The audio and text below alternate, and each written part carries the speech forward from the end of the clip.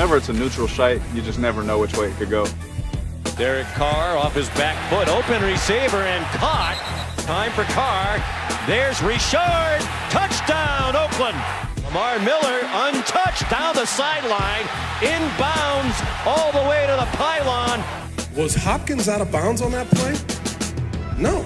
You know, we got all these cameras, and we can't get that right. There was multiple times, I saw a green laser coming from the stands. Certainly having a laser, zoomed in on your eyeball definitely affects how you play a game. Long pass to the fullback. Jameis Olawale in the clear. Touchdown, Oakland. Amari Cooper run into the end zone. They win their 4th game in a row for the first time since 2002. Just win, baby. Welcome into First Take on a Tuesday. Thank you so much for hanging with us. Al Davis would have approved exactly. Of that. Stephen A. Smith, Max Kellerman, I'm Molly Qerim. What up, boy? What's going on? What's going on, you? Nothing. I love that Monday Night Football went down to Mexico City, and our network did a great job with all the Well, our coverage. network really did a great job. I'm not sure if fans lasering a quarterback's eyes is very ethical or what have you. But that's a little about that. But you know what the problem with Mexico City is? At that elevation, it's hard enough to play football. You have guys complaining of nausea and dizziness and stuff, and what's next? They're going to take it to the top of Mount Everest to expand into Nepal? It doesn't make sense. I'm just glad that the NFL went down to support that fan base, and it was fun to watch. Let's get into it. Okay. The Raiders defeated the Texans on Monday Night Football in Mexico City, 27-20 to move into first place in the AFC. Derek Carr orchestrated his 8th game-winning drive in the 4th quarter and overtime since the start of the season. Only Matthew Stafford has more. Max, are you still saying the Raiders are a year away from being contenders? Not only am I saying they're a year away, but I'm saying they're overrated. The Raiders at this moment are overrated. And Raiders fans, I know that there's a big national Raiders fan base, and I don't hate on it like the Cowboys fan base. It's not as correct a pick as the Steelers as your out-of-market team, but the Raiders have, respect to the Raiders and their fans. And they have a great offense. And they have a special quarterback and wideout. And they have some interesting players on defense. But the defense isn't there. They're not good enough there yet. And I think that clearly the foundation is there for them to win at least a Super Bowl. If you're a Raiders fan right now, you're thinking, we can come out of the Carr era with at least a Super Bowl win, maybe multiple appearances, maybe more than one Super Bowl. I think they're that special on the offensive side of the ball. But when you're 20th in points allowed, I mean, there are teams like the Bears that are better defensively by that metric than the Raiders. The Bears are better. The Jets are just about the same. They're 1 point different. The Bengals are better. These are not very good teams and not very good defenses this year either. So now the Raiders defense has gone from just about the worst in football, which is unwinnable, to bottom third. But Stephen A., they're still not a team which is defensively ready to win a Super Bowl, and therefore they've become overrated. You're wrong, but there's no surprise there, Max Kellerman. The fact of the matter is they're the second best team in the AFC right now, which makes them a threat, which makes them somebody that's formidable, not to mention the fact that at some point in time, you're going to have to make up your mind because you lamented the fact that the New England Patriots let go of Jamie Collins. You lamented the fact that the New England Patriots I didn't, actually. You did. Actually, you did. I'm not saying that you didn't say they weren't going to the Super Bowl or anything like that, but you said they were not themselves. And so when we look at it from that perspective, if there's vulnerability on the part of the New England Patriots, then excuse me, who else in the AFC is definitively better than the Oakland Raiders? Nobody is definitively better. The Denver Broncos, their secondary is their strength, but they got problems defending the run and particularly tight ends. The Kansas City Chiefs are there, but we got a game manager in Alex Smith who will manage not to manage a game when it really, really counts. The Pittsburgh Steelers, their defense is shredded. The Baltimore Ravens, as stout as they are defensively, offensively, they lack passion, something we'll get into a little bit later. The Cincinnati Bengals are a joke. Everybody in the AFC East other than the Patriots is irrelevant. Everybody in the AFC South is irrelevant. So when you look at it from that perspective and you're thinking about the Oakland Raiders, I'm here to tell you something right now. I can't summarily dismiss what I'm seeing from these boys. And I would also take you back to a little history here, Max Kellerman. Little history here. I know you're a young buck, you know what I'm saying? Wet behind the ears. You guys are like 2 years apart. You're a little bit younger than me. I'm acting all old here, right? You're like a couple years apart. Hey, enjoy this moment. I'm acting like I'm considerably older than you when I don't look it nor feel it. But here's the point. My point to you is this. The Miami Dolphins years ago Dan Marino, Mark Super Duper, Mark Clayton, Chuck Muncie and the crew. Defense, terrible. Super Bowl berth. San Diego Not Chargers. championship, though. I know that. No championship, but Super Bowl berth. That's what I said. San Diego Chargers, Dan Fouts, Charlie Joyner, Kellen Winslow, and the crew. Okay, what happened? You know, AFC Championship game. Lost because it was freezing in Cincinnati at the time. This is when the Cincinnati Bengals actually had a football team that was relevant, ladies and gentlemen. I know it's a long time ago. You might not remember that. But Kenny Anderson was their quarterback. Sam White was their head coach. Stuff like that. These guys went to a Super Bowl. And they lost to the 49ers. But, it was freezing that day. San Diego couldn't do it. I'm saying to you that there have been plenty of times in history where because you know your NFL, girl. Let me tell you something. You had times in the past where there were elite offensive teams that didn't have they didn't have a defensive prowess, but they were good enough to get to the bowl. Two different things. And that's if what I think you got to look at. The question is, could they possibly make it to a Super Bowl? There are 15 teams you could say that about.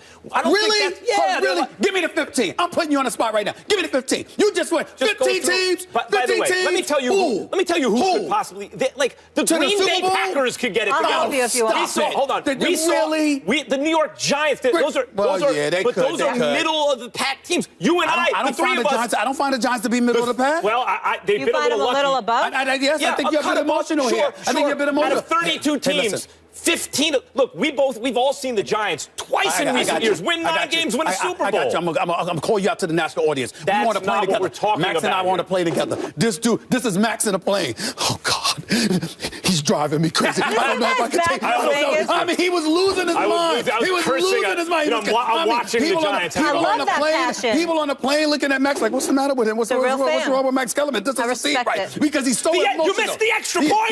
He's emotional. You're not rational. You're not rational. It's not 15 teams. It's not even 10 teams. If we look at the Oakland Raiders right now, yes, a legitimate argument could be made of one of the top 5 teams in the NFL. Wait. I want to go back for a second. The point is, if the question is, could they possibly win a Super Bowl, there are many teams, in my opinion, that get hot at the end of the season, good enough to squeak in. Some things happen, they win a Super Bowl. That's not how I'm interpreting the question. It's, do you think that the odds are stacked in their favor to win a Super Bowl? For example, in the NFC right now, you look at the Cowboys and the Seahawks. You go, those are Super Bowl contenders. In the AFC, the Patriots, yes. Are the Raiders on that level? They're tied for 10th in point differential. So let me give you some AFC teams that are better, and let me tell you why you don't think they have as good a chance. Better than the Raiders. In point differential. I don't care about the point differential. The Patriots. Who's better? Give me who's better. The Broncos. I'm just giving you point differential. Broncos. Patriots, Broncos, Bills, and Chiefs. Now let me tell you why you don't believe in those teams, but you do in the Raiders. You look at the quarterbacks. The Patriots have Tom Brady, but you look at Simeon, you look at Taylor, you look at even a guy like Alex Smith, and you say, no, I like Carr better as the quarterback, so they're a sexier pick as a team. But the fact is they have no better chance to win than those other teams. They're fundamentally the Chiefs, no better. because they just had a bad loss. May I retort? Yes. This is a game of football, right? We ain't talking about football, right? It's not hockey. You got me in hockey. I don't know a damn thing about hockey. You know what I'm saying? The only thing I know about is the puck is black, okay? Man, I don't know anything about NASCAR. I don't know this football, though. Well, we're in the same boat. Go ahead. Quarterback position is important, would you say? Yes. Yes. Is not Derek Carr an MVP candidate?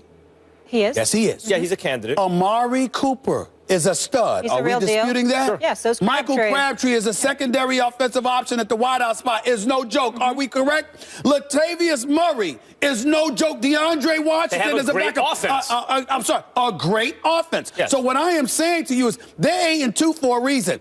Yeah, they're Are they better than the Falcons? Excuse me. Who they lost to, by the way? By the way, I think a legitimate argument can be made. It's nip and tuck. It's a pick 'em right there. So I agree. Are the Falcons Super Bowl contenders? Wait a minute, but the Falcons are in the NFC because you got the Cowboys and the Seahawks there waiting for you, and Washington and the Giants are on the come up. So the road to prosperity is easier in the AFC. The road to prosperity is difficult. In the AFC, if you're the Oakland Raiders, who, by the way, have home field advantage if the playoffs were to begin today, the road to the Super Bowl would have to come through Oakland. I'm sorry, I think that the New England Patriots are the only team you have to worry about. The only real argument you can make that the Raiders are somehow better situated than the Falcons, who had, coming off the bye, we're not thinking about them right now. But the only real difference is there's one actually excellent team in the AFC. That's the Patriots. There are two actually excellent teams in the NFC. That's the Cowboys and the Seahawks. Yep. And so because of the existence of one extra actually good team, you're considering the Raiders Super Bowl. Allow me, because you'll appreciate this, because this lean towards your moment. This is your moment to shine, Mr. Analytics. You know, Spock Kellerman himself. See, I'm sorry. Barely any numbers when you got two, well, I'm proud of you. Very touching moment. Here's the deal. Do you realize that when you got two teams in one conference, then that means it blocks your chances in all likelihood of getting to that penultimate game, which is the second, the championship game. Yeah. So the point that I'm trying to make to you is that by virtue of it being two teams, and I gave you more than two, but I gave two teams in Dallas and Seattle. Healthy, Dallas and Seattle. I'm saying to you, excuse me, then that means if you're the Falcons, you got to go through one of them just to get to a conference championship game. Oakland may not have to do that. They may have to go through the, let's see what happens with the Broncos, who just won the Super Bowl, by the way. No, I get it. And why we're mentioning contender. Why we're mentioning the AFC, I know they're not in the playoff picture, not contenders, but shout out to the Dolphins. We didn't mention them yesterday. 5-game winning streak. Want to give them some love. I give them a little bit of love, but damn it, they in the AFC East. All right, let's get into the other storyline from last night. The poor officiating, and it did not go unnoticed by Texans head coach Bill O'Brien. So first there was this. DeAndre Hopkins caught a pass down the sideline and was running for a touchdown where officials said he stepped out of bounds and the play was whistled dead. Under the current rules, if a play is whistled dead, it cannot be challenged. The next two calls had to do with spotting the ball. Lamar Miller ran around the left side on third down and appeared to have the first down as he fell forward, but officials didn't give the Texans a favorable spot and ruled that Miller was short by a few inches. In a tie game, O'Brien decided to go for it after Miller was ruled short. Akeem Hunt got the fourth down handoff, went through the middle. That seemed to be clearly get enough for a first down. Again, landed short. Plays today. I mean, let's go back to the first quarter. Was Hopkins out of bounds on that play? No. So, look, I'm not going to sit up here and get fined. I'm just third-year coach in the NFL. But, I think we really got to look at all those things. We got all these cameras, and we can't get that right, I didn't think Hopkins was out of bounds, but the whistle had blown, so I couldn't challenge that play, even though I threw my flag, so they didn't give me the timeout because the whistle had blown, but I thought he was in bounds. So start there, and then list all the things that I could have challenged. All right, Stephen A. Mike Tomlin complaining about this after Sunday, clearly officiating an issue right now. How do you fix it?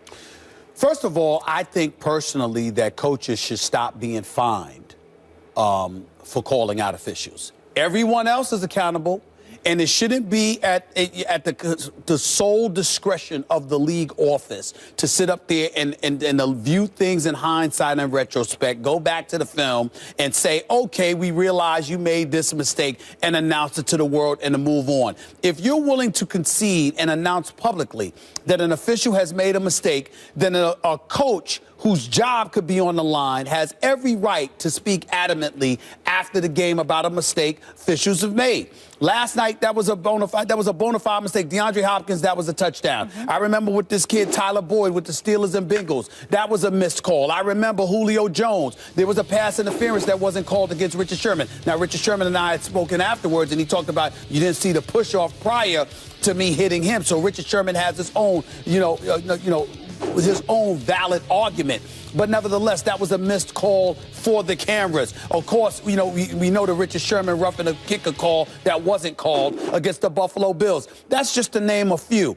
And when you have these calls being missed, it's a problem. Now, the officials are not full-time. They're part-time workers. I don't know if that's the answer, to be quite honest with you. But I do believe in an era where technology is clearly so advanced, there are so many things that have transpired, and there are so many ways for checks and balances where the element of human error doesn't have to be so pronounced and profound. There is no excuse for the league to continue to allow these officials to make these kind of mistakes. They need to clean this up. All right, get your oven mitts ready, because I have a hot take for you, oh, boy. Okay? Here we go. There is no problem with the officials. There's no problem. It feels like that to fans nowadays because fans are much more knowledgeable than they used to be.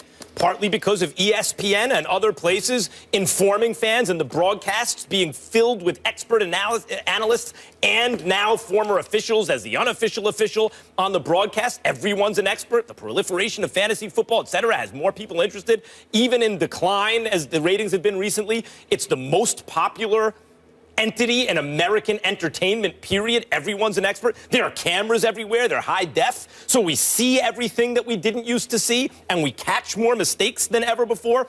There's social media, so the outrage is amplified immediately. But there's actually, and look, they're doing the best they can. In this situation, I don't even understand the argument. You're saying with all the cameras around, coaches complaining that with all the cameras around, they should have caught that. In the moment, they blew it. If, by the way, from some pictures you go, that was really close. So you thought he stepped out? There's one still picture that can make the argument that, in fact, his foot was on the chalk. But the point is, even if he didn't, and even if they shouldn't have blown the whistle, at the moment they did, you can't review, you can't do anything because the defense stops playing. And to assume he would have scored, because likely he wouldn't have stumbled or something like that, you can't make that assumption. So that was, if you believe they blew the call, you just have to live with it. Even with instant replay, even with different rules, that call would have still been blown. The officials will never be perfect, even with if you computerized everything, it still would be imperfect. Some things would be missed. Now, do you remember what it was with the replacement refs? Were they better or worse? They were significantly worse. Yeah, we cheered when they came back. Because these are the best in the world. It's just that this is a rule issue. Football has Byzantine rules. It's a complicated sport. Byzantine? Yes, it's complicated. The Byzantine and Empire. Okay. In other words, it's not Even I know about basketball. One of the reasons basketball is exporting so well all over the world is it's accessible. Anyone watching basketball knows exactly what they're looking at. The rules are very quick to learn. Football, they're so complicated. Your team scores, you don't even know if it's going to stand. They should be able to challenge that. Let me tell you where That's always going to be that way. Let me tell you where I think you're confusing the argument. I don't think folks are complaining about the officials. They're complaining about the lack of corrections in an age of technology where the NFL has gone out of its way to say, we are advanced, we have gotten exponentially better, we're doing this, we're doing that, and more importantly, we are blatantly and flagrantly going about the business of trying to eliminate human error from the equation, and technology is assisting in that. So if you have a coach, that particular call with DeAndre Hopkins may be valid in terms of the whistle was blown. But when you've got Tomlin and you've got Rex Ryan and you've got, Quinn and others that have a bevy of complaints to point to where the human error should have been corrected because the technology is there and it coincides with the rules that are in place to facilitate addressing it, and you still don't do it. That's a problem. On one condition. I'll fix it for everyone right now if you really want me to fix it. There needs to be people from league headquarters in New York somewhere reviewing the plays immediately on video and making a call within 15 or 20 seconds. Okay. They still won't get it 100% right because if you review it for 2 minutes, you might get an even more accurate call. But generally, sitting on your couch, within 15 seconds, you know the call better than the ref did. So if you can do that and not slow up the game because you can get an immediate better call, fine. That's good. That's one way you can. Coach should be able to challenge it. Well, then say that. Well, because you were assuming there's a problem. But you were acting like there was no problem. The question is, how would you fix the refs? But you were acting like there was no problem is what I'm trying to say. It's not that you can't get even better calls. It's that the refs aren't broken, one, and two, that play, it wouldn't have mattered anyway. It's not about the refs being broken, but it is about, you're trying to eliminate human error. You've been flagrantly going about the business of doing so. Then, damn it, that do it. That just wasn't the play to make that point on. I agree with that. They should be able to challenge it. I agree with that. Coming up next, we have another unhappy coach. Jay Gruden thinks his team is being treated unfairly, which means we might not get to see this reaction from Cousins on Thursday against the Cowboys. Ooh-wee! Ooh-wee! Ooh-wee! Ooh-wee! Ooh-wee! Ooh-wee! What does Cousins know about that song?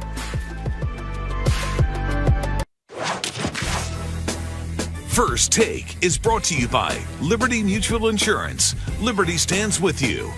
And Subway Restaurants. Oh, snap, Max said you want to deliver, I'll bring a pizza to you. Shout out to Anthony Rizzo for getting the final out. There's no need for Cleveland fans to sit there and pout. Take me out to a ball game, put the flavor in your ear. Debate Stephen A. Max will make a champion this year. So the MVP race every year has been one of repetition. 11 out of the last 15 have played the QB position. But this is the year, in my opinion, that trend will hit remission. Now it's time for the offense to make a statement behind what's his name? Oh yeah, Seaman. I almost forgot. Because in recent weeks, I haven't been seeing a lot. First Take, call me. I'm ready for my debate. Molly Qerim, make it happen. Bart Scott, can't wait. What the hell is going on? I wish I could make it happen. What is all of this? What do you want to be rappers? Yeah. These are You asked for flavor, they brought flavor. And they brought flavor, but they want to be rappers. I mean, from like the this late ain't 80s. love and hip hop. That's also like that's the type of thing you would see from like the late 80s. Yeah. So they didn't even get 90s with it. I don't know about that. Well, guess what, everybody? Tomorrow is the day that everyone has been waiting for. I have been a very, very busy man. Okay. But I looked through some of them last night. Uh-huh. I'm going to look through more tonight, and we'll announce our winners. Tomorrow. There we go. So I'm going to look through some of them tonight. Can't wait. Okay, I'm going to look through more of them tonight. I can't How do you want to see work? Do these you want me folks. to beat them for you in case anyone's really good? Are you all right? You want me to play traffic cop? Well, you can't handle them. Me is another matter. So, I mean, I get your point. It's going to be good. We'll do what we can. We'll do it. All right. But what about Thanksgiving football? Is that going to be good? The Washington Redskins enter a critical stretch in their pursuit of a playoff berth, and their head coach, Jay Gruden, made it very clear how he feels about a schedule that takes his team to Dallas on Thanksgiving Day, right after a Sunday night game. Gruden saying, quote, I don't think it's really fair, no, but we have to deal with it. The biggest thing is you worry about the health of your football team. So we should note that all other teams that have to play on Thanksgiving played at 1 o'clock except the Redskins. Max, is Washington at a disadvantage? Yeah, they are. I wouldn't say it's huge, but it's not insignificant entirely. This is common sense, and when someone makes a point like this, instead of everyone jumping on them because, well, it's a couple hours, the league should probably acknowledge, when someone's playing a Thursday game, oh, it's a great honor to play on Thanksgiving. Oh, okay, ask the players if they really want to be playing a short week on Thanksgiving. Probably the answer is no for the vast majority of them, but whatever. You do get the national slot. It is a highly watched game. It's a very watched game. The point is, if you're going to play in that game, you probably shouldn't play the late game Sunday night because on a short week, every hour counts. And the difference between those, however many, 10 hours or whatever, what is it, about 7 hours? It makes a difference when that's like a significant percentage. It's not an insignificant percentage of the time between when you last played and when you next play. Is it a huge deal? No. But coach brings up a valid point, and the league should probably say, yeah, you know what? We shouldn't schedule you for the latest game on Sunday when you got a game on Thursday. I don't think it's valid at all. But let me state why. Because I don't give a damn what the Redskins feel. I don't want to hear it. Excuse me, Washington Redskins. Max, watch out here. Didn't y'all sit up here and call me out? Y'all said y'all are the kings of the NFC East, right? What did I say, Molly? What did I say, Molly? What did I say, Max Kellerman? This is weeks ago. What did I say? I'm sorry. You ain't even in first place. Put that camera back on me. You ain't even in first place. The Dallas Cowboys were. Whoa, who do you play Thanksgiving Day? Dallas. Who's in first place? Dallas. Chris Baker and the rest of the crew. What's up? What is up? What you gonna do? I want to hear nothing about, we had a disadvantage. Jay Gruden, get the hell over it. You know what? Your brother's a genius. He's a football genius. Tell him to help you out. He does Monday Night Football all the time. You can pick up the phone. You got him on speed dial. That's your big brother. Holla at a brother. Do that, okay? Call him. You do what you got to do to get yourself ready for Thursday afternoon, Thanksgiving. Don't eat too much turkey. Don't sit up there and lose your perspective. Make sure you're ready now because the Redskins told us. They told us. Am I lying? Did they not tell us? I hope that they're the kings of the NFC East. Did they not? Did they say we the boys? They're the reigning champions. They were the reigning NFC East champions. For what that's worth. They're the reigning NFC East champions. That's what they said. Yeah. This is our house. Ain't that what they said? And by the way, they weren't in first place when they said that. And they were not in place when they said that. They ain't in first place now. By the way, you got a quarterback that's the third leading passer in passing yards of the NFL, okay? You got him. You got Deshaun Jackson. You got Pierre Garçon. You got Jordan Reed back. You got Matt Jones. You got this kid, Robert Kelly, running the football well. Your offensive line is protecting you well. The defense, led by Josh Norman and the crew, have stepped up. What's the excuse? You trying to tell me that because you played at 8 o'clock instead of 1 o'clock, that's going to be your excuse? That really? I can see if the Dallas Cowboys had a bye week or something. No. Dallas played this weekend too. So the only difference between Dallas and you is that you had a game about 5 hours later. That's going to be your excuse? Stop. Shut up. I don't want to hear nothing from the Redskins. Handle your business. I know it's Thanksgiving. I know a lot of dudes want to grub and all of that other stuff. Sorry, you got to wait until after the game. Dinner starts at 6 o'clock in most places, sometimes earlier, whatever the case may be. There's a 4 o'clock game. So you'll eat a little bit later. That's about all. I don't want to hear anything from Jay Gruden. I don't want to hear anything from the Redskins. You lose this game. Understand, it's going to put you behind the 8 ball, even though you'll still have a wild card edge over the loser of Minnesota, Green Bay, whomever, or Detroit, rather. The bottom line is this. If you are the Redskins, this is a pivotal game. It's important. You need it. And more importantly, you talk smack. The #1 team in the division is waiting for you. Handle your business. Handle your business. Well, that's a valid point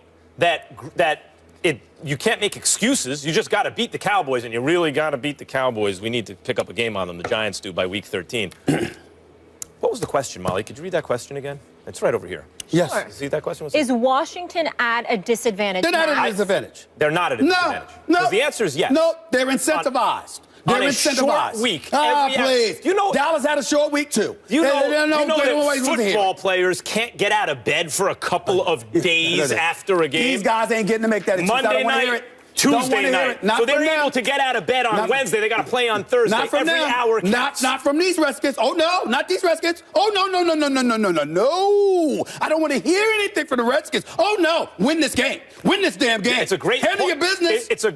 You're making a great point, but the answer is they are at a disadvantage. No, because the Dallas Cowboys played the same day. Yeah, earlier in the day. A few hours, really? Yeah. A few hours. A few hours. Are you just trying to get them fired up? Because you know what? You know what? Time out. I want my camera. Let me tell you what's happening right now. This is called an ulterior motive. Stephen A. is trying to get you guys fired up because he does not want to have the Cowboys ruin his Thanksgiving feast at his crib. That's what it is. Let me tell y'all something right now. You know what? I'd like to change my answer. I tell you right now. That's no excuse. You better beat the Cowboys. Here's the deal. The Redskins talked a lot of smack. Handle your business. I don't want to hear it. I don't want to hear anything. Yeah. The Dallas Cowboys play. You want the Cowboys to lose. Listen, hey, you want me to put one point to you this way? One point to you this way. Yep. The Redskins and the Dallas Cowboys probably went to bed at the same time.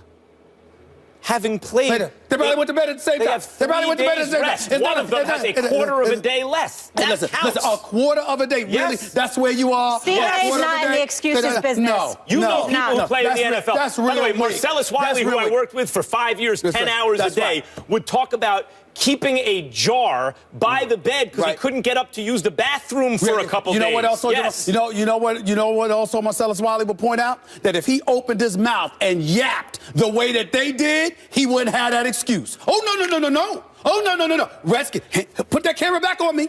Washington Redskins, Thanksgiving afternoon. Handle your business. What's up? What is up? Handle it. No excuses. Handle your business. You would have been like a Bill Parcells. It's a clever strategy because he's being so obnoxious that he's actually motivating the team. Whatever. I told you. You call it obnoxious or whatever. I'm speaking facts. Handle your business. I know him. I heard all the yapping. All right. They better. Should they handle their business? Who's in first place? Who's in first place? This is the Cowboys. Something just occurred to me. I think they should handle their business properly or improperly. The way Texas has handled the Charlie Strong situation has been questioned after he addressed the same media that reported he was fired.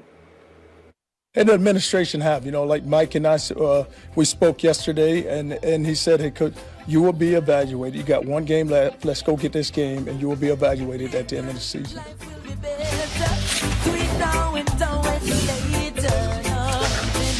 College football, despite reports that Charlie Strong would be fired as the Texans head coach, Strong insisted Monday he's not been fired. Strong said that he met with his team after ESPN and other outlets reported that he will be fired, and he told his squad, there's no reason for you to worry about me.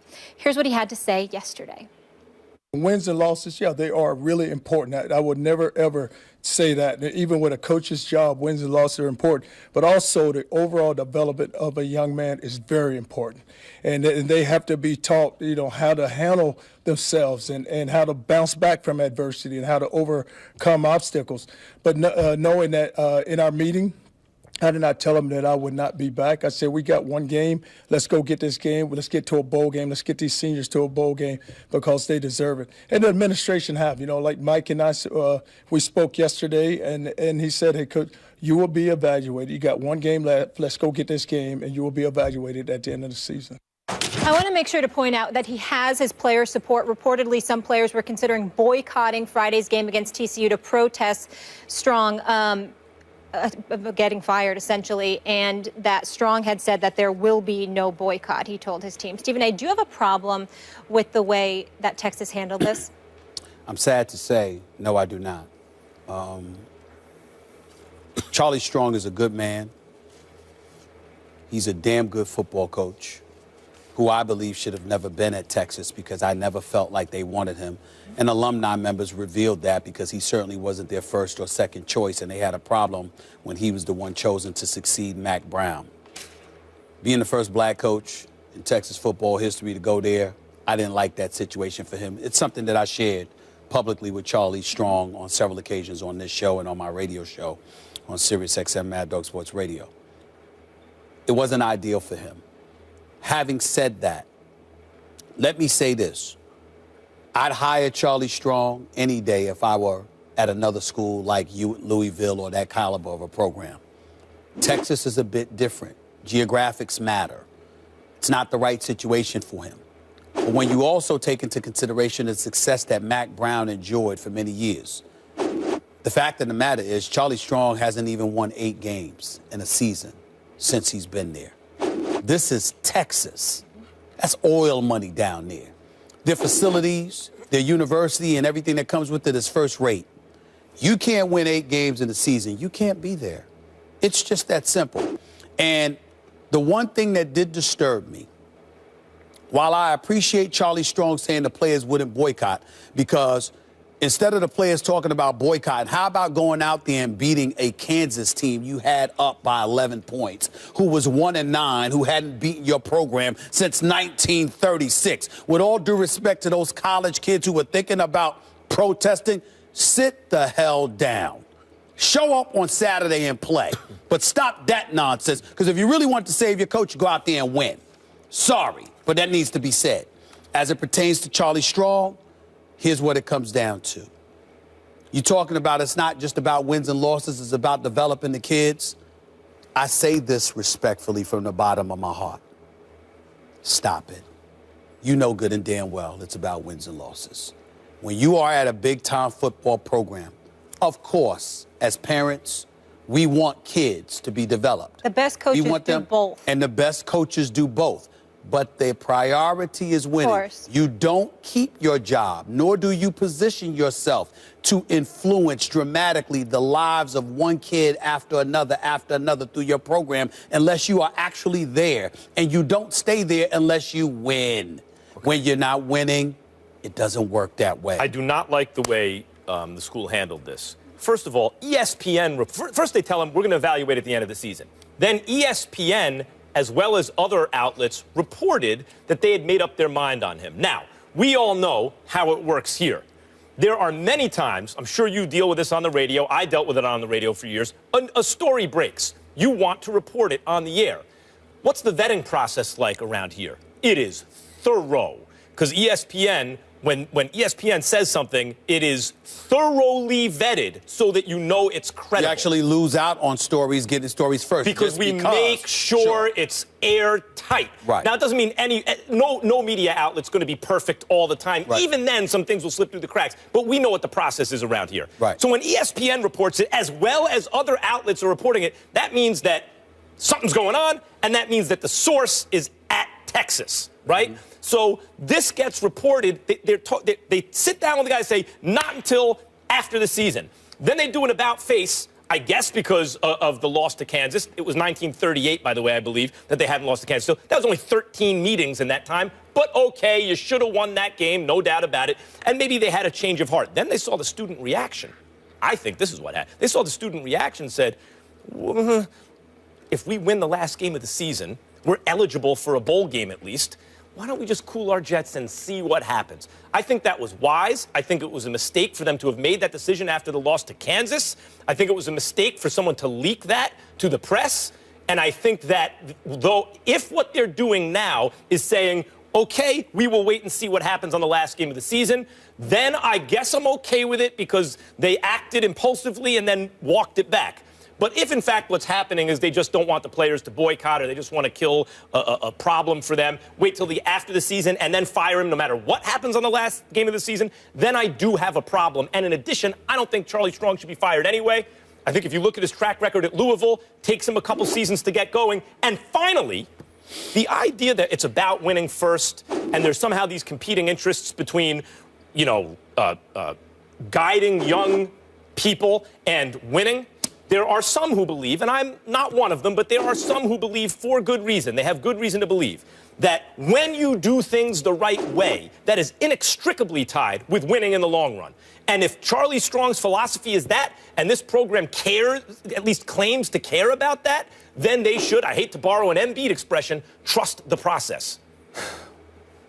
You're so wrong about this. But I understand where you're coming from, and I can appreciate your position. TCU is in the area. Houston is winning football games. Oklahoma, the Red River rivalry. You know, you beat them last year, and then you come around 2 weeks later and get shut out by Iowa. You know, you open up the season against Notre Dame, but you win, but you give up 47 points in the process over the first 5 or 6 games or what have you. You have a defensive coordinator's background, but your team is surrendering 40-plus points. And then on top of it all, you get rid of the defensive coordinator a year after you got rid of the offensive coordinator. All of this stuff is going on. Look, man, I am a fan of Charlie Strong. I love the job he did at Louisville. He deserved the opportunity. I don't sit up here and say he should be fired because the man can't coach. I'm saying that this is Texas, and they have a right to have the standard that they have established, traditionally upheld. And my last point to you, which hasn't been made, I want to be clear. The president of the university and the athletic director of the university have spoken up on behalf of Charlie Strong. They have not violated anything. They have not violated the process in any way. These are alumni members who pour their money into the program, who aren't supervised by the program. They have a right to say what the hell they want to say when they're the ones that are funneling cash to the program. Do you think a decision has been made, yes or no? Without question. Without question. Then in that case, that's not an alumni. That's someone from the program. No, that's alumni, Max. Can I just say one thing? Talking to alumni even. But it shouldn't happen right after the Kansas game. Can I just say one thing? They were going to wait to the end of the season. They were going to fire him, and it got leaked. It's typical protocol. If we know we're getting fired, I know you might get fired at the end of your contract, whatever it is, and somebody leaked it early. Right. This is just what happens. So is that a good way to handle it or a bad way? Wait, Max. It's the right way. Just deal with your leaks. Check this out. Listen. You and I, we work together right here at ESPN. We find out one of our colleagues, he gonna be gone. Yeah. I rap to you about it, okay? Now, you might not, I take it back. You ain't working here. I just said something to you. You're a friend of ESPN's, but you don't work here. But you certainly contribute to the bottom line. All I'm saying to you, that's entirely different than me saying something to somebody. I mean, you can't police alumni members. Then what you do, you can't do that. Then you do not tell Charlie Strong, we will wait till the end of the season to evaluate if you're going to evaluate before the end of the season. That's because they need him to play against TCU. They got kids. Plan your work and work your plan. There's a right way to do things and a wrong way to do things. This is the business we've chosen, the Godfather. The program did nothing wrong to Charlie Strong. Alumni members may have. They didn't tell him the truth. They didn't lie to him. Yeah, they said they wait to the end of the season to evaluate, and instead of that, they made a decision before the end of the season. They got one game left. And they're still bowl eligible if they beat TCU. It doesn't matter whether they go to bowl or not. It doesn't meet their standard, and you know it. Coming up next, the Vikings are struggling, but help may be on the way in the form of Adrian Peterson. The question is, should he rush back this season? We break it down. Get right into this because I don't have too much time today. Actually, I'm off, so I got nothing but time. Steven ain't my problems with you today, man. All right, you're sitting here bloviating Huh? That's your word? You're sitting here bloviating. Stephen A., since you were completely right on this subject, let me quote one of your famous sayings. The disrespect! Earlier this week, Stephen A. stated that super teams are bad for the NBA. Stephen A., my brother, to use your own words, that statement is asinine, asin 10, asin 11, and 12. So they listened to you, clearly. I like that first guy. Just keeping it real. Like, no, I got all the time. He was terrible. No. Let me tell you why he was terrible. Let me tell you why he was terrible. Because he didn't make a point. You on camera, you got to get right to your point. It's all right. You got to make it. No. He was just letting us know. Listen, I know. I don't care if you made a point or not. I like watching it. I know you're getting on me because I will admit I am accustomed to sitting across from somebody who challenges himself to make points from time to time. You understand? So I understand why you would like Never that guy. stops. I need substance. That's what I need, Max. I need it he drew me immediately, right off the bat. Sometimes he you hear, wasted time. Sometimes you hear a rapper, and the lyrics aren't all that, but the flavor. It's called, you know what Tiger once told me? He said that's ear candy, right? Right. That's like an entertainment candy, but it worked. He was funny. It was good. He was funny. I ain't got enough but time. I got it. But you ain't make a point. You on national television. You ain't got time. Make your point. Maybe it got edited out. All right, tomorrow's the day we've all been waiting for. Who will get the chance to debate Stephen A. and Max right here in Bristol? We will announce the two winners tomorrow. We can't wait. Meanwhile, Adrian Peterson, who underwent surgery to repair a right lateral meniscus tear on September 22nd against the Packers, is making solid progress in his recovery and could be back on the field for the Vikings by mid to late December. League sources telling our Ben Gosling the three-time rushing champion could start running this week and is said to be exercising caution. He could make his return before the end of the regular season. Stephen A., should he be rushing to return this season? No, he shouldn't. He's 31 years of age. I know the clock's ticking, but he was the best running back in football, one of the top two, actually, with him and Le'Veon Bell and what have you. He's elite. I think he's got some time left, and I don't think this team is good enough to win the Super Bowl. Me personally, Sam Bradford's your quarterback. I like Stephon Diggs. I like him a lot. But at the same time, I think there's some question marks about what else they have. It was this Thielen, it's Rudolph. They're competing for first in the NFC. They are competing for first in the NFC. They got a playoff berth or whatever. But with Zimmer there, that defense there, they're not going to go anywhere. As far as I'm concerned, he should not rush back. He shouldn't come back until he's 100%, which I don't believe he will be for this season. I think it's a mistake. He should absolutely rush back. Now, generally, if a guy hasn't already made his money, I'd say calm down. If a guy's already won Super Bowls, calm down. What are you rushing back for? If he has made his money and he's won Super Bowl, but he's 26, 27 years old, chill. Like, wait till you're ready. Don't jeopardize your future. Okay. Adrian Peterson's going to be 32 years old in March. That's past the expiration date for running backs. Now, we had a big debate about this earlier in the season, and I said, take a good long look. This will be the last season you see Adrian Peterson, the real Adrian Peterson. Because after this, be it catastrophic injury, deterioration of speed, whatever else, he will not be the same. He can still play effectively, but he will no longer be elite. Everyone said, no, he'll be elite, whatever. What happens? What happens to aging players? Catastrophic injury. Or just players who play a lot because it raises the odds that eventually you will get hurt. That's what happened. They have a bad offensive line. They can't block for the run. He's not going to... The worst runners attack in football. Yeah, he's not going to set any records, but he's better than what they got. And the Vikings showed something earlier in this season. They showed a defense that, whether we remember this defense or not, it has the chance to be the kind of defense you remember. Remember that defense 2002 Bucks or the 99 Ravens or something like that? It doesn't even have to be Super Bowl winners. Some defenses are a little special. That was the Vikings at one point this season. Not that many teams flash things that you think, I might always remember that team or that component of that team. They did. So when you see that, you go, if they have just the right stuff, they might be able to make a run. They need a running game. He can help them there. His future, he will never be elite again. I'm here to tell you, I've already told you, those days are past. But he can still be good. He can still contribute. He's already made his money. This might be the best chance he has to win a Super Bowl while he has something to offer a team. But I'm making the argument that I don't think it'll be the best chance. I think that the Minnesota Vikings, a piece away under Zimmer's stewardship with that defense vibing together even more so. I'm a Xavier Rhodes fan. This brother is big time. He needs to get more love than he has received. He is an elite corner in this game. He has size, he has physicality, he has speed, he has athleticism, and he's got an assassin's mentality. He will put a hat on you. I like this brother. I just think offensively they're a bit shorthanded. I think they're a piece or two away, something that they're more than capable of filling out in the offseason. I think as a result of that, with more time for Adrian Peterson to come back 100%, whereas due to this injury, due to this latest injury, he may never be the same. I do think he'll be better next season than he would be right now. I think he would be more of a liability than an asset right now. They are unlikely to improve at the quarterback position. They may improve in other positions, you're right. But I'm not sure about that, Max. But the point is they may not. This may be, you may be right or I may be right, but this may be, you can't rule it out. Like, this might be the best chance they have in terms of the specialness of the defense, what they flashed early this season. And my point is, Adrian Peterson is Superman. You know, he made other athletes think, even other great athletes, I can come back from an ACL. No. Just because Adrian Peterson did doesn't mean you can. Yeah, but that was that time.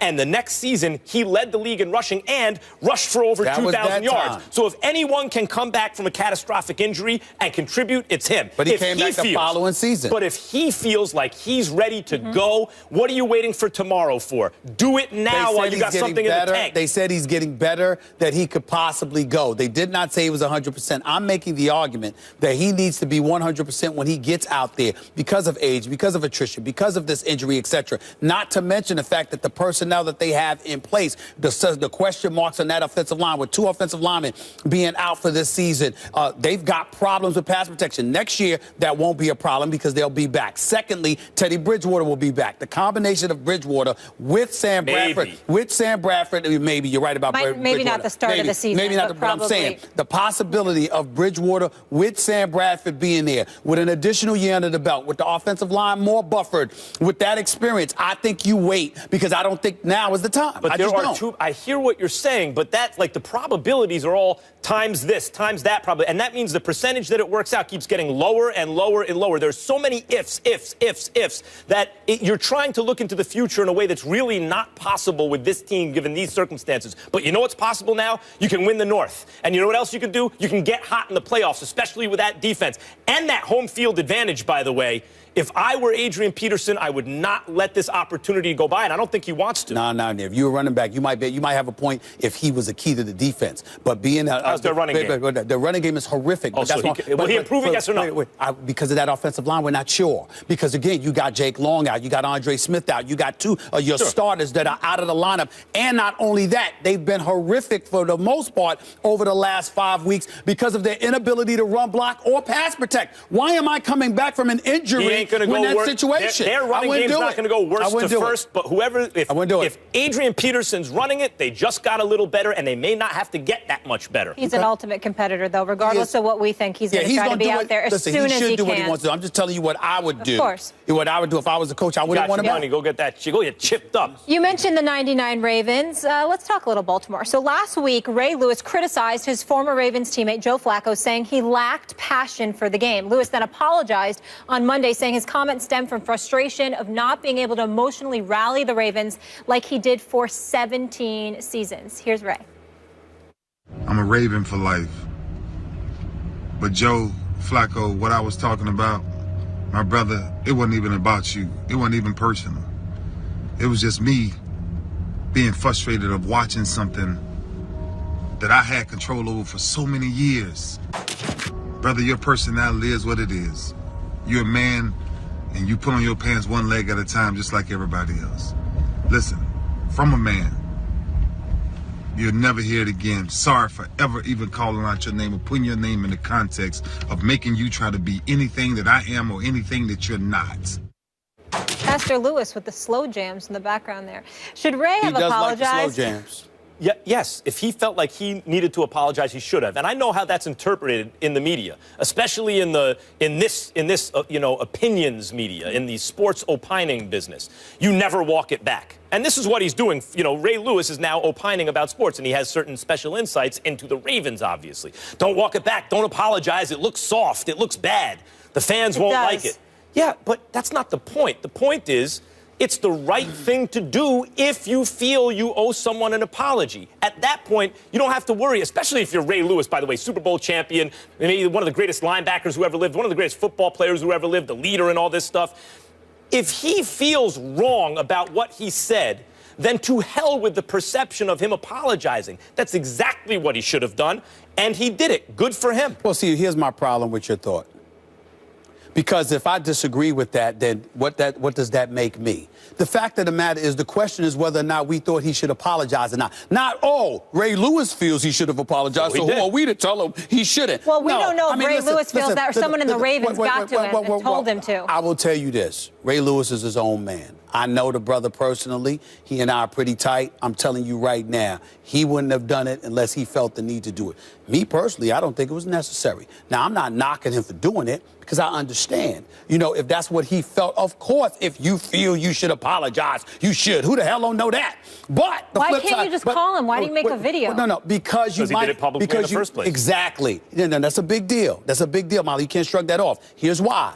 If I sit up there and I get on you publicly, then I got to man up and correct myself publicly if I feel the need to do so. You don't do something publicly. Did it with Carmelo earlier this year. And I did it with Carmelo earlier this year.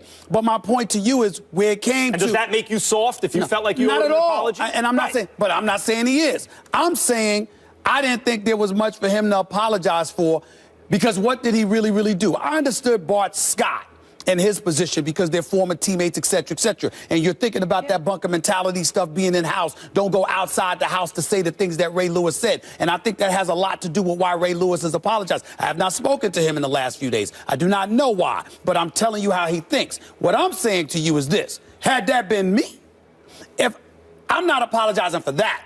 When I apologized about Carmelo Anthony, he had a point. I know you. Reach out to me, bro. You said this, but you could have hollered at me even when I was in Rio. I'm thinking he's in Rio. I couldn't reach him. But that was my bad. What I'm saying to you in the case of Ray Lewis, what did Ray Lewis really say?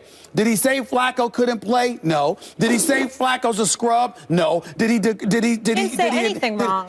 All he said was, he lacks passion. The reason, I didn't see the reason I'm looking at it from Ray Lewis's point of view, should Ray Lewis have apologized, is because this really comes down to your personal code of ethics.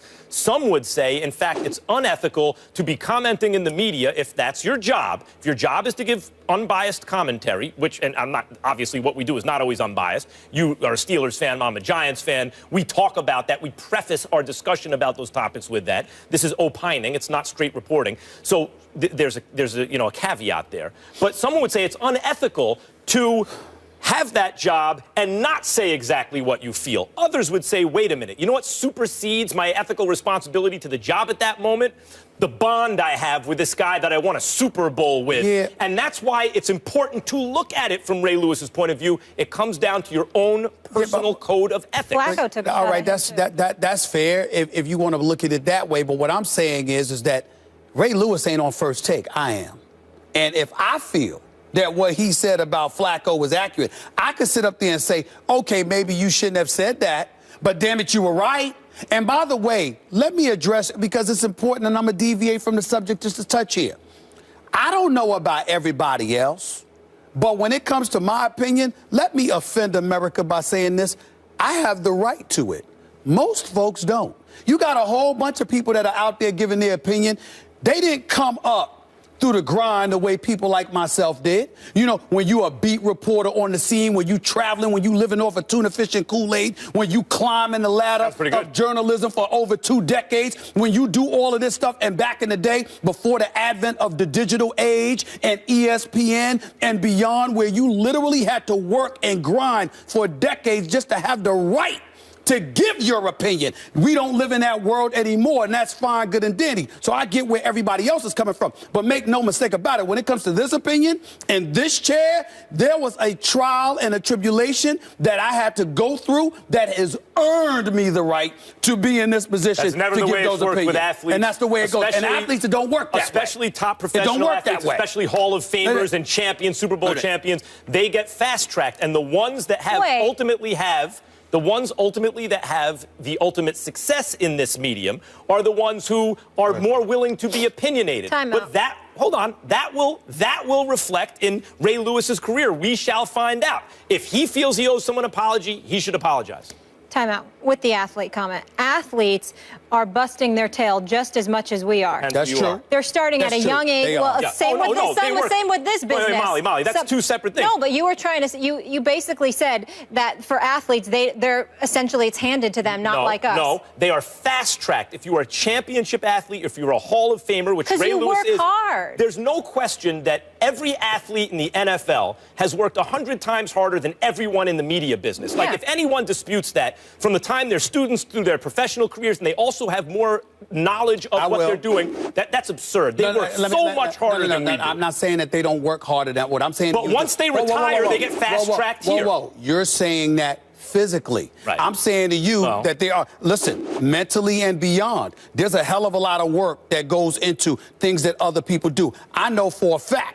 I've been in this business for almost 25 years. I don't give a damn what kind of work an athlete has put in. The work that I've had to put in to get to where I am not as much as them. Not physically. Not physically, you're damn right about that. But excuse me, we all work hard. We all let's stop that nonsense. Ain't nobody get it. I can assure you, I can speak for myself. Ain't no silver spoon in my mouth. I work to get up here. It's not about silver. I just want to add one more thing about the athletes that turn into analysts. I get that Ray Lewis, he's a leader, he's a champion. I have the utmost respect for him. But the best analysts are unapologetic and they own their comments. And I don't think that he owed an apology. And I agree with that. Flacco, he owed Flacco no apology because he did not insult. He said he has no passion, which we all see. That is the general consensus that those who are unapologetic, no matter what, including in our national politics right now, that's the most important thing, to always maintain your right. But I think the more sophisticated view, including in our politics, is to take a more balanced approach. And when you are wrong, cop to it. You're right. Fair enough. A balanced approach. But balanced approach is one thing. Being fearful of taking a position is another. Fine. We can agree on that. We'll leave it there. Spurs win, and well, Pop, he was Pop after the game. A very pathetic performance at both ends of the court, both in execution and in grunt, in fiber, in desire. It was an awful performance. It was a pathetic performance on the part of the Spurs. They had some guys out, we had some guys out, but they had a lot more out than we did. And I thought we showed a lack of humility, a lack of respect for the opponent. A very pathetic performance at both ends of the court, both in execution and in grunt, in fiber, in desire. It was an awful performance.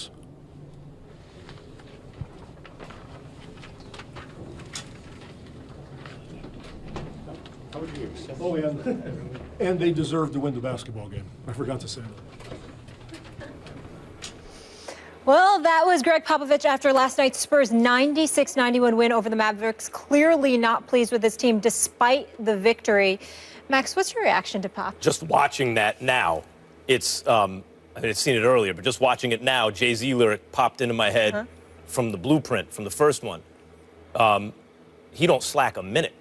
Boy, Pop don't slack a minute. This is why he is the best coach in basketball by far.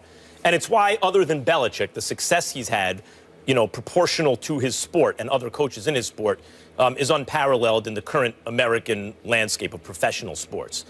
He doesn't take anything for granted. When Tim Duncan was active, he'd be barking at Tim Duncan. He treats everyone the same. He expects everyone to do their job. He does not allow for sloppiness, or he said a lack of humility. And I take that to mean the arrogance that comes with being successful. He expects you to take nothing for granted and execute, and it makes him the best. Greg Popovich is a winner, and Greg Popovich is somebody that's allergic to celebration. His 1100th win last night. That's what this was mostly about. Everybody's happy and very congratulatory, and it's the perfect opportunity for him to say, no, there's nothing to celebrate, because he never wants it to be about him. It's who he is. Let's go a step further. So over the weekend, Greg Popovich, he spoke to teenagers in the community at a town hall, local high schoolers at the Carver Community Cultural Center about social issues in America. So with the help of renowned African-American scholar and activist Cornel West, Popovich answered questions about topics ranging from sports, race to politics to the interaction of police in the community. Spurs players and their families also in attendance. Stephen A., what's your reaction to him and this team involved in this town hall? Well, first of all, I was very, very touched by it, but far from surprised. I say this with affection and deference and love for the Greg Popovich that I know through the likes of the great Larry Brown and others. I've religiously called Greg Popovich one of the biggest phonies you'll find. And I say that affectionately because Greg Popovich, that acerbic individual that you see during those television interviews, it's nothing like that. He's one of the most sincere, one of the most decent human beings you will ever find in your life. He is a good man. He is great for the NBA. He is loyal. He is special in ways that cannot be measured. I covered Larry Brown for all 7 years. All 6 years he was in Philadelphia. Larry Brown loves this man, reveres this man. He's like a protege of Larry Brown, but Larry Brown looks up to him just like he looks up to Larry Brown. I've had the pleasure of I don't talk to Greg Popovich much. We just exchange pleasantries whenever I see him. But there's a core decency and realness to him that you don't see very, very often. He cares about people. He cares about the community. As we learned during this post-election situation, his reaction to it all, he cares about this country. He cares about the desolate and the disenfranchised. And anybody who's associated with him knows this. Monty Williams is now GM in San Antonio. We all know what happened to Monty Williams, a tragedy that involved his wife. And, it's just I can't even put into words. I'm so sad for him. Greg Popovich, one of the first people there. San Antonio Spurs, one of the first organizations there. Peter Holt is a great, fantastic owner that represents it. And you just look at these guys. And I read about this, and I imagine those kids in that community. I imagine the players there, the staff, management, as well as the players and the coaching staff. You just can't say enough. There's no surprise here whatsoever. It's not an accident that this military man, who's a great coach and a 5-time champion, also happens to be the next coach to succeed Mike Krzyzewski as coach of Team USA. There is no better individual in the profession of basketball to represent the United States of America than Greg Popovich, because he epitomizes everything our country purportedly stands for, and he does it in exemplary fashion. I have always had incredible admiration for this man. This is the latest reason why, too. Yeah, I wanted to talk about Greg Popovich's America, too, because that's the America I'd like to live in. President Obama made this point in the run-up to the election, and others have made it obviously as well. We are great because we are good, right? That's what makes America great, the fact that we're good. And Greg Popovich is not only one of the most successful coaches in the history of American team sports, but he is great because he is good. It was no surprise that the Spurs hired the first female assistant coach. It was no surprise that they really pioneered and exploited international players in the international scene, the so-called immigrants to our NBA, that he has produced this kind of inclusive culture on the Spurs, that he spoke out after the election beautifully. In Yiddish, there's a word, it's called mensch. That's what Greg Popovich is. He's a mensch. Mensch translates roughly to human being, but, in the best sense of the word, of the idea of humanity. And Greg Popovich is a mensch, and he makes you proud to be an American. Like, I don't know how else to put it. He's real and authentic. I remember a moment, I was at a game. The Spurs, I forgot who they were playing against, but they won the game. But Tim Duncan had missed his rotation on a defensive rotation, and the opponent had a wide open shot, and he missed it. Spurs win the game, and all you see is Greg Popovich glaring at Tim Duncan, and then he walks off. Tim Duncan has a somber look on his face. The reporter goes up to him, and they say, "We saw Popovich looking at you." He didn't say anything, though. Tim Duncan looked at her and he said, he didn't have to. You just knew. Because this is what Greg Popovich is. He knows what he teaches. He knows what he mandates. He's fair-minded. He holds you accountable. He's very, very big on doing your job. And one of the things that is a misnomer about him with the acerbic tendencies he displays, it's because he has a problem with the league and the networks, literally where you have to do an interview during the game. He is adamantly opposed to being bothered during a game to do an interview. And so that's his way of dressing it. Know what else he shows? He's a military guy. Yes, he's he a is. strong guy, right? Yes, he is. He's a highly efficient and successful guy, right? Yep. What he does works. But you don't have to be a bad guy to be all those things. He's a good guy, and he's all those things. But he doesn't mind if you think he's a bad guy because you don't know him. And he cares about what he knows about himself, not what outsiders think. And also, he never hesitates to give back because he always knows what was given to him. When he won the championship, when the Spurs won their first championship, when they beat the Knicks with Latrell Sprewell and those boys, their very first game of that next year was against the Philadelphia 76ers and Allen Iverson. Greg Popovich got his championship ring and walked over to the Sixers bench and sat down next to Larry Brown to show him the ring. Why? Because he knew that Larry Brown played a role in him ultimately capturing that NBA championship because of all Larry Brown had taught him.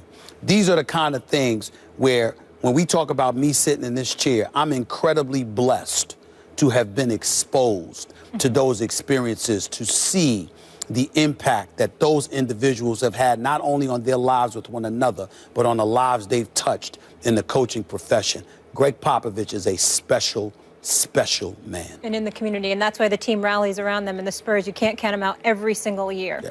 Coming up next, the Jets.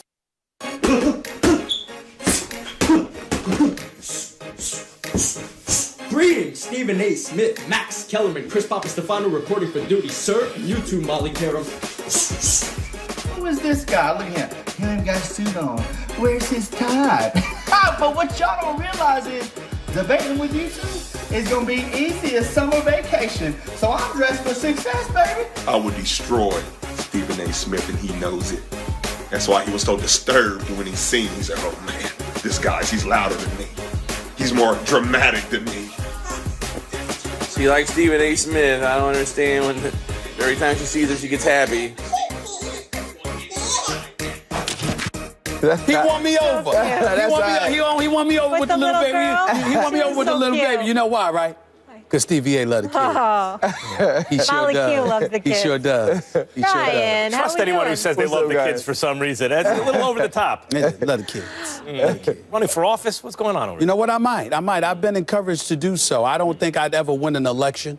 You know, because I'm not into the shaking hand, kissing babies kind of thing. But you love the kids. You just said Stevie A loves the kids. I do love not them. Enough but to everybody doesn't know that. Everybody doesn't know that. You know, half the time I have allergies anyway. Little germ factories. You can't kiss these kids. Ryan, tomorrow's the day. Can we believe it? We are going to announce the winner of who will debate these two on tomorrow's First Take. So we are very excited. Well, Ryan should be an expert. He's more of an expert judge than the rest of us because he's accustomed to losing.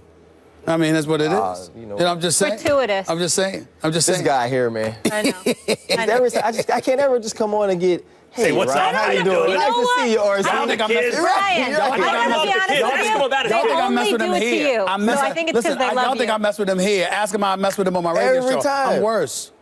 I'm worse. I just want to come on to guys and be like, I'm happy to see you. No, I'm not doing that. I'm not doing that. I'm not doing that. I don't feel like it. Let's get into it. You take care of it. For sure. On Monday, Jets head coach Todd Bowles announced that the Jets will switch back to Ryan Fitzpatrick at quarterback. Bryce Petty started for the team in Week 10, a loss to the Rams, throwing for 1 touchdown and 1 interception. Bowles isn't believed to be in danger of losing his job, but he said Fitzpatrick gives them the best chance to win. Ryan, why would they make this move right now to go back to Ryan? Well, if you listen to some of the comments, he said, the team believes in him, and there's been some reports that if Bryce Petty does continue to start, there are some people in the locker room who may revolt, who may show that they don't want to play because they feel like starting Bryce Petty will be throwing the season away. Well, what I say to that is Ryan Fitzpatrick threw it away a long time ago. both figuratively and literally. Like, he threw the ball to the other team, and your season went with it. And if you're Todd Bowles, he's a player's coach. I really like Coach Bowles. I mean, he was somebody, he recruited me when I was a free agent in Miami. Enjoyed talking to him. I think he's a sharp and a smart man. And he's a guy that wants to please the players. But you have to do what's right for the organization right now. And right now, it's to see if your quarterback of the future is on this roster. And I know you want the players to be happy, and you don't want them to quote-unquote revolt or to stop caring and stop being invested in playing these games. But they're independent contractors, and they have to play for the name on that helmet, but more so the name on the back of their jersey. They need to go out and play. He needs to make a better decision about what helps the Jets in the future. What's happening here, and what I think you're describing, is the conflict between short-term incentives and long-term interest. And generally what happens when short-term incentives trump long-term interests, which happens frequently, you get a mess, like energy policy in the United States that, you know, favored big oil for years and years in spite of climate change, stuff like that. Because in the short term, you have an immediate need. We need energy. The long term, yeah, but we don't want to change. Well, we can't worry about that now. We need the energy. So this is Bowles right now. I need to win, because whatever anyone says, his job's not in jeopardy. Please. It's always in jeopardy. Please. Of course, his seat is warm right now. It may not be the hottest seat in the league, but it's warm. And he's sitting there going, especially if the team wants Fitzpatrick and he gives us the best chance to win right now, I got to go with this guy. But what is the upside in going with Fitzpatrick, who has a one-year deal and you'd be foolish to bring back, as opposed to a guy you've invested a draft pick and development time in, give him the experience and see what you got? That's in your long-term best interest. A couple of things. First of all, I get where both of y'all are coming from. I can't knock it. I spoke to some folks with the Jets last night, and you know, what I was told adamantly, and Manesh Mehta for the New York Daily News wrote a very interesting, very compelling column in support of y'all opinions in today's New York Daily News. Great job on his part. But I respectfully disagree, because here's the thing. First of all, take away that 6 interception performance by Ryan Fitzpatrick. I think, who was it against? Was it against Kansas City? Kansas City, all right?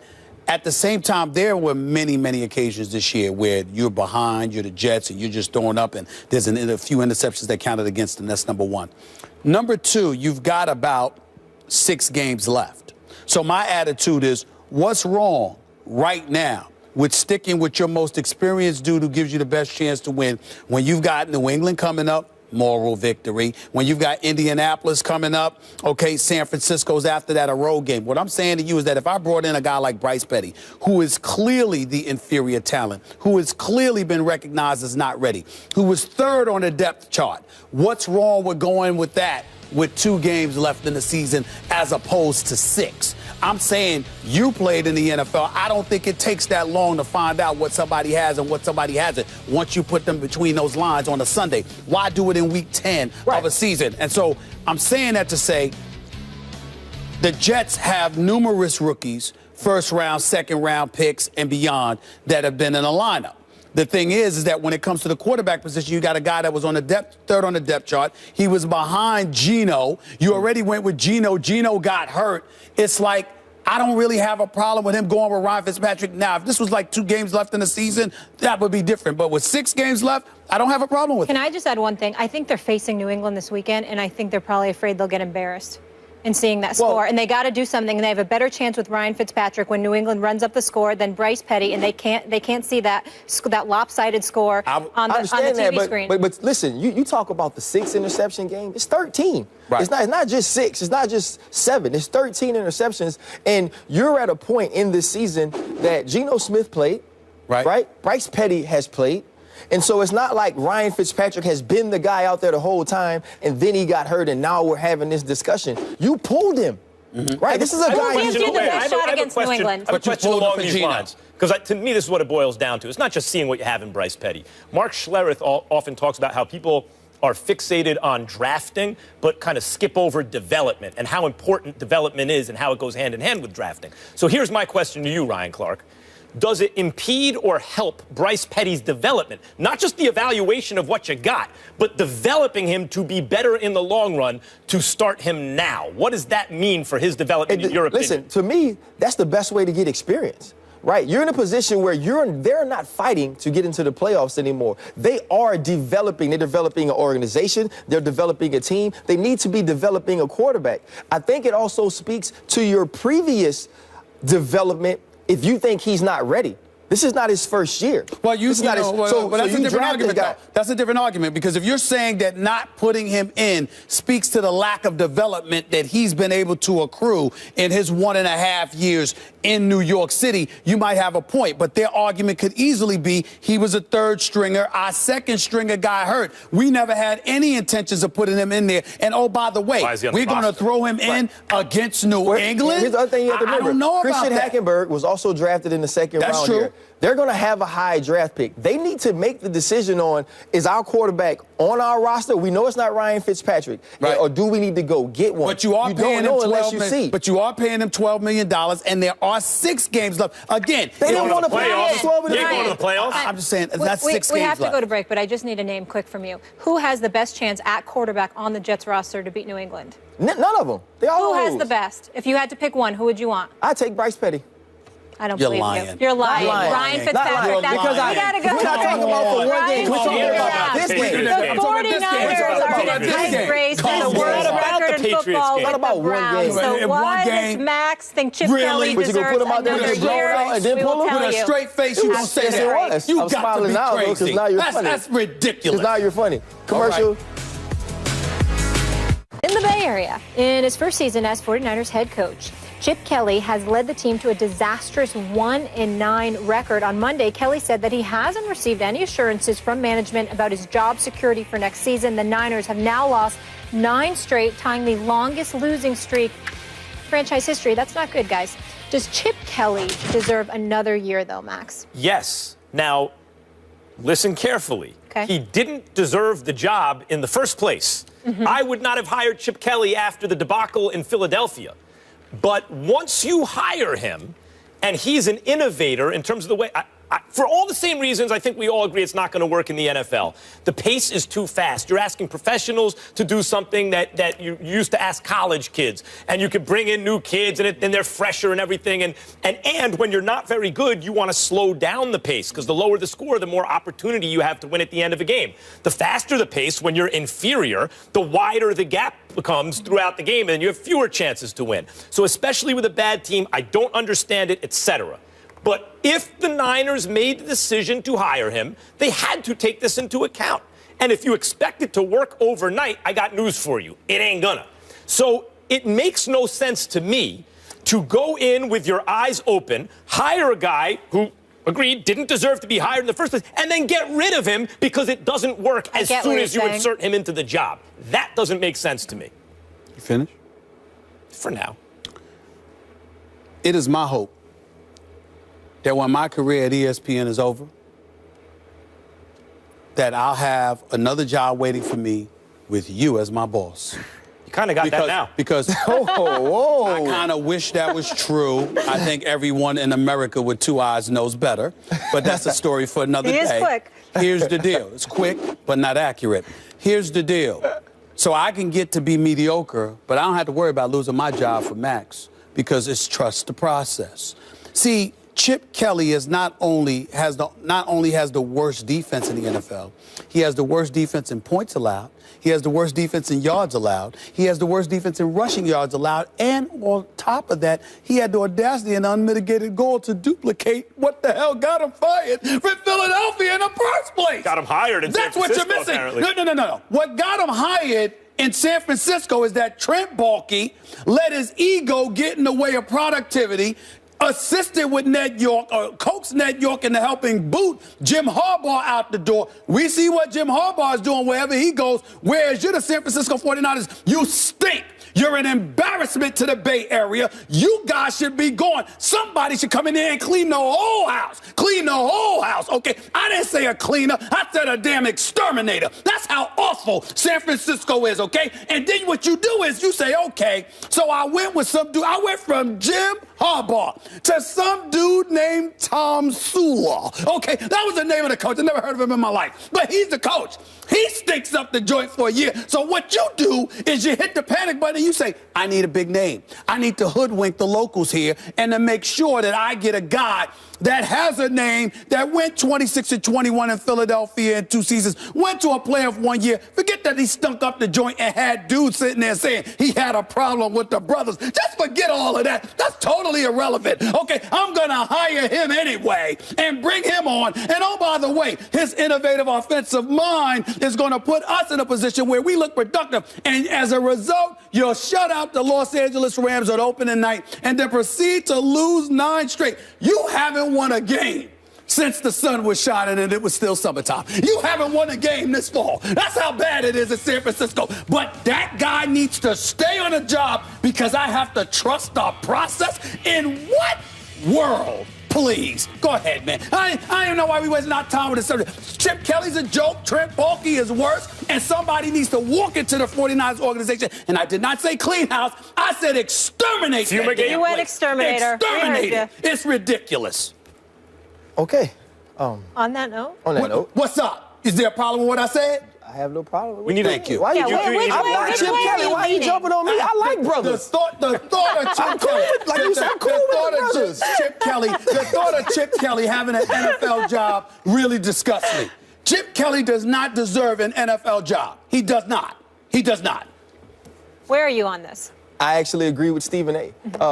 For many of the reasons, maybe not so emphatically, but I don't believe, and I would agree with you in this part, Max, I don't believe he should have gotten the job in the first place. I believe that he was innovative when he started, and when we got to see Mike Vick on that opening night in Washington, and people had never seen it, and you had never really caught up to the pace. But then we saw the pattern of defenses not being able to play at that pace, of NFL defensive players not being able to play 80 to 90 plays a game, don't win the time of possession and be successful. And we've seen that happen earlier in San Francisco because they don't have the players to do it. Now, I understand you say, okay, let's trust the process and let's give him another year to see if it's going to work. I think what happened the last year in Philly combined with this year shows that this doesn't work for this league. He's a college coach and a dang good one, and I believe he should go do that. But if you're the San Francisco 49ers, it's time to blow it up as a whole. You don't have your quarterback of the future on the staff. You don't have a coach that can lead you into rebuilding. So you go get you a coach that is about doing what you need to do. You go find a guy that fits the job description of getting a program to be a program, not just finding a way to be exciting. Well, I will say this. This is the important point that I think everybody has to remember. This organization doesn't stink right now because, oh, we're just not that talented or whatever.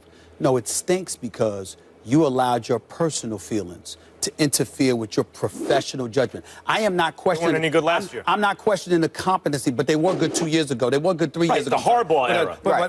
But it wasn't just the Harbaugh era. It was a general manager in Baalke that knew how to work with a guy or knew how to step. Everyone retired. Everyone on the team, 26, everyone retired. Listen, but knew how to step away. It wasn't everybody. The Patrick Willis's of the world and others. I understand that. My point to you is that they sat up there and allowed their personal feelings to get in the way of their professional judgment. That's my issue. It's almost similar to Jim Buss with the Lakers, even though I'm not getting on them. My problem with him all of those years, I never once questioned his basketball judgment. I questioned he allowing his ego and his emotion to get in the way of his personal judgment. That's unforgivable because you're not thinking about your fan base. That ain't right. That ain't right. You need to tell us how you really feel. Exterminate it. Exterminate. Listen, I love the Bay Area. Those fans out there are great. They deserve better than what your Baalke and Chip Kelly are giving them. I understand all the arguments. The defenses were going to have a hard time with that many possessions going in. They have to. I have to assume they have a plan. And if you give him 1 year and it doesn't work, why do you have to assume they have a plan? Because why can't it be a piss poor plan? It might be. However, I don't think you can take that. I don't think you have enough evidence in one season, number one. Number two, the business of sports has gotten so huge that efficiency is much different than it used to be. Inefficient teams kind of weed themselves out. That is ridiculous. All right. You can't. You trying to tell the San Francisco 49ers had a dynasty going. I know we got to go. You trying to tell me? You trying to tell me it requires more than 1 year to see when something stinks or to smell. I mean, with But that they had the year when he was in Philadelphia. We can't smell when something They stinks. had the year when he was in Philadelphia. They couldn't tell then, so they must see something that we don't. That's Philadelphia. This is different because the second year in Philadelphia did what he did, and now he goes, and after swearing he wouldn't make the same mistakes, goes to San Francisco and duplicate it, and you trying to tell me you need more time? It's hard to teach an I don't think they should have hired him in the Les first Miles place. syndrome. For years we asked him to change. He decided not to. There we go. Kelly won't either. Les Miles got fired. Hard for to not teach being an old a dog leader. new tricks. Max Kellerman I'll leave is you a with that. kind Ryan, man. good to see you. Very kind. I want to work for you on something. I said. All I'll right. never lose my job. I'll never Up lose next, my we job. go to I the know what he's saying. association. The Warriors are making a push for Draymond Green to win Defensive Player of the Year this year, but will it have any impact on the voting? The guys will tell you after the break. First Take is brought to you by Sling TV. Watch 25 plus live channels for just $20 a month. Stephen A. Smith, Max Kellerman, Molly Qerim. How you guys doing? Me and my co-host, Sonic the Hedgehog here, would like to talk about the Packers of Green Bay and how they have turned into the New Orleans Saints. You guys like when people talk with their hands? Well, I'm talking. Just call me the unknown First Take fan here because I have to sit here and defend why Dak Prescott, not Ezekiel Elliott, is the NFL MVP. Fireplace. Max, Stephen, fireplace. Verbally. Behind me, fireplace. Coming at you verbally, he. I'm at a loss for words. They're not giving takes. They're not listening. It's First Take. You have to have an opinion about something. The Spider-Man costume, all the histrionics. I still don't know what your take is. All three of those candidates are immediately disqualified. I do have to say, from a Freudian point of view, it seems a bit compensatory. I don't know what that means, but it's I have about no the clue. content I have and no not the clue what you're gimmick. saying, Professor Kellerman. But I have no what clue I what the do hell know What else is new? is tomorrow's the day we've all been waiting for, and we're going to announce the winners of who will be coming to Bristol to debate these two. So we're really looking forward to it as the contest comes to an end. Speaking of hot takes, let's get into the NBA and go around the league real quick, gentlemen. The Miami Heat have announced they will retire Shaq's jersey number 32 in December. Shaq only played with the Heat for 3.5 seasons, but did bring the franchise their first chip. Sass, you okay with this? I'm totally okay with it. Dwayne Wade was the superstar, no doubt, and Alonzo Mourning was more of a threat to Dallas than the Miami Heat was, but they would not have won it had it not been for the arrival of Shaq. He helped them capture the first championship in franchise history, absolutely. Pat Riley tried it with, and it's not so easy. He had Tim Hardaway and Alonzo Mourning. He tried to do the guard, the big, and they were really good, and they were a powerhouse team, and they pushed the Knicks in the playoffs, but they were not a championship team. And when instead of Tim Hardaway, it was Dwayne Wade, and instead of Alonzo Mourning, it was Shaq. They got that first chip. Shaq should absolutely have his number retired by the Heat. All right, let's keep it rolling. Max, you know this market all too well. The team with the best record in the entire NBA right now is the Clippers, who at 13-2 are off to the best start in franchise history. Are you ready to buy that the Clips are the best in the NBA? No. You know, by the time you get to the mid-20 games, you start to really suss this out. But I am buying, as I predicted, that they are the third best team, that if any team has the best chance to upset the apple cart and prevent a Warriors-Cavs rubber match, it is the Clippers, and I think they're demonstrating that. Let me tell you something. I need to see more from Blake Griffin. I need to see more consistency. I love what Doc Rivers did in buffering the bench, particularly with Maurice Spates there now. They're deep. I still think the Warriors and the Spurs have an edge, but I will tell you this. Nobody's rooting for the Clippers harder than me. I want them to win. I love me some Chris Paul, and I would much rather be in L.A. than Oakland in June. Always about the weather. All right, Stephen A. Draymond Green's Warriors teammates are campaigning for him to win Defensive Player of the Year after he was runner-up for each of the last 2 seasons. Will his teammates help the voting? I think they will. I think they should. I love the fact that Draymond Green is finding his niche. To me, he's the Energizer Bunny for the franchise. This team, as potent as they are, it does not work without Draymond Green. I hope he gets it. Yeah, I think it probably helps. It's like, the Academy Awards, right? Like the studio gets behind a certain picture. Every year it's Draymond or Kawhi, and if Anthony Davis can stay healthy, he'll be in that conversation. And so, yeah, push his candidacy. Why not? All right, so the Sixers also won last night, and we're trusting the process here. I just want to show you a quick picture if we could get a reaction. Is that Joel Embiid in his jersey out? Out at a nightclub. I will say this. I'm not mad at him. He deserves it. This brother can be big time if he's healthy. I'm not trusting the process because that reminds me of Sam Hinkie. But I do trust Jerry Colangelo and Brian I'm just the opposite. The process has changed. Trust what process? When Hinkie had a process, okay, maybe there was something to trust. I don't know what the process is here other than let's let the good players that Hinkie collected start to play. They threw away seasons. I'll never forgive the 76ers under Hinkie. They got Embiid. They threw seasons away. Seasons, not one. Trust the process.